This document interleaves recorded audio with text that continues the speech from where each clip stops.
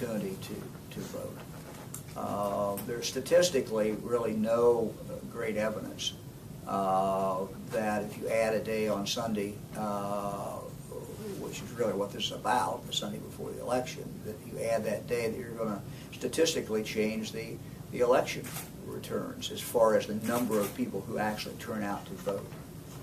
And because some people vote on Sunday doesn't mean they wouldn't have voted some other day if they had that opportunity. And you can go back and look at 2008, and the statistics do not show that having the election, the ability to vote on Sunday, changed the voter turnout.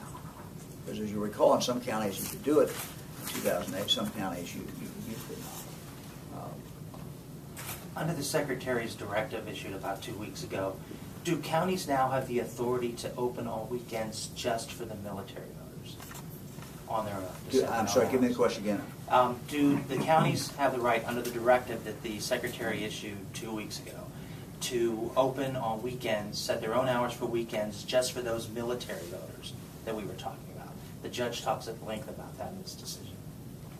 Anyone want to take that, Fred? Only under the directive, only on the last weekend prior to the election. Get that. So that a board could open on Saturday up until noon now on a I mean, this is it's hypothetical now because we've got this decision which we're, of course, we're appealing, but we'll see. Anybody else? Yes, back here.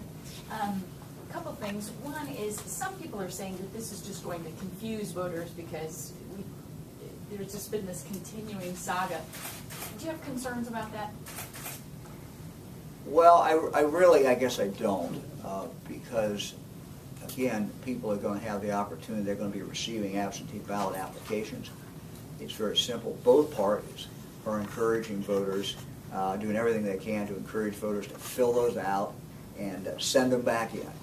So, you know, everyone's pushing to have these people vote by absentee ballot. The state is sending out the absentee ballot applications. Very, very simple. You don't have to spell out in any way that you know you're going to be out of county or you're sick or anything else like it used to be. You know, so it's basically no fault, no reason absentee ballot. Plus, you still, I mean, you know you're going to have this month period of time to go to the Board of Elections and vote. I think what's at issue is, you know, basically the weekend before the election.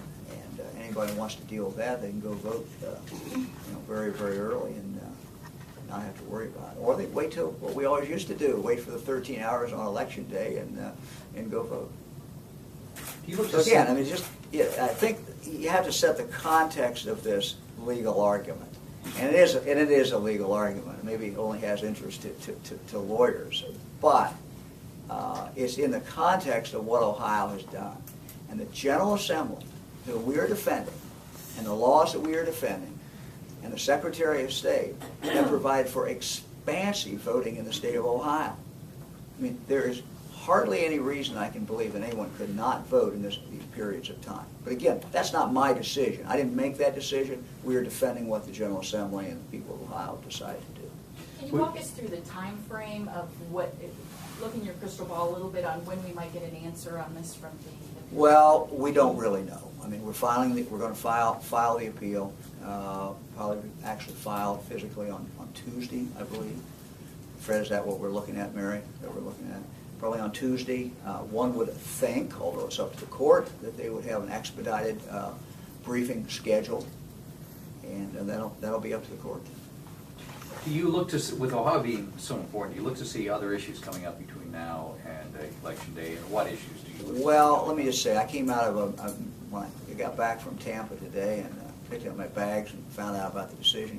I was coming to the office anyway. I came to the office and I went into immediately a meeting. I've been pretty much in that meeting since I got back about discussing not just this lawsuit, but all the other lawsuits that are out there. So this is the era we live in, and we've taken political debates and we've taken them to court, and that's fine, and that's what our job is to do, is to defend the state of Ohio and defend what we're doing. So yes, I anticipate many more lawsuits to be filed. We have already, Mary, how many pending? 4 or 5? 5.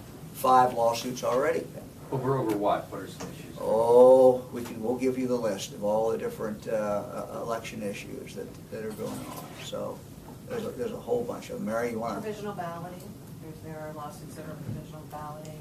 There are lawsuits over the language on the ballot issue that will appear on the ballot. I'm sorry, purging voter list, That's the newest one we got, I guess. So those are a few of the issues. And so we're open for business here. So.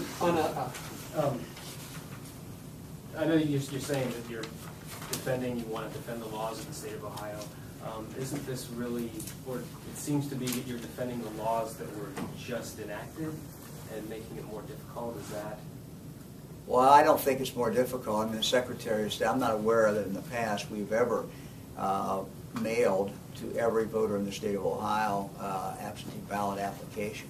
One of the criticisms was it was done in some counties, it was not done in other counties.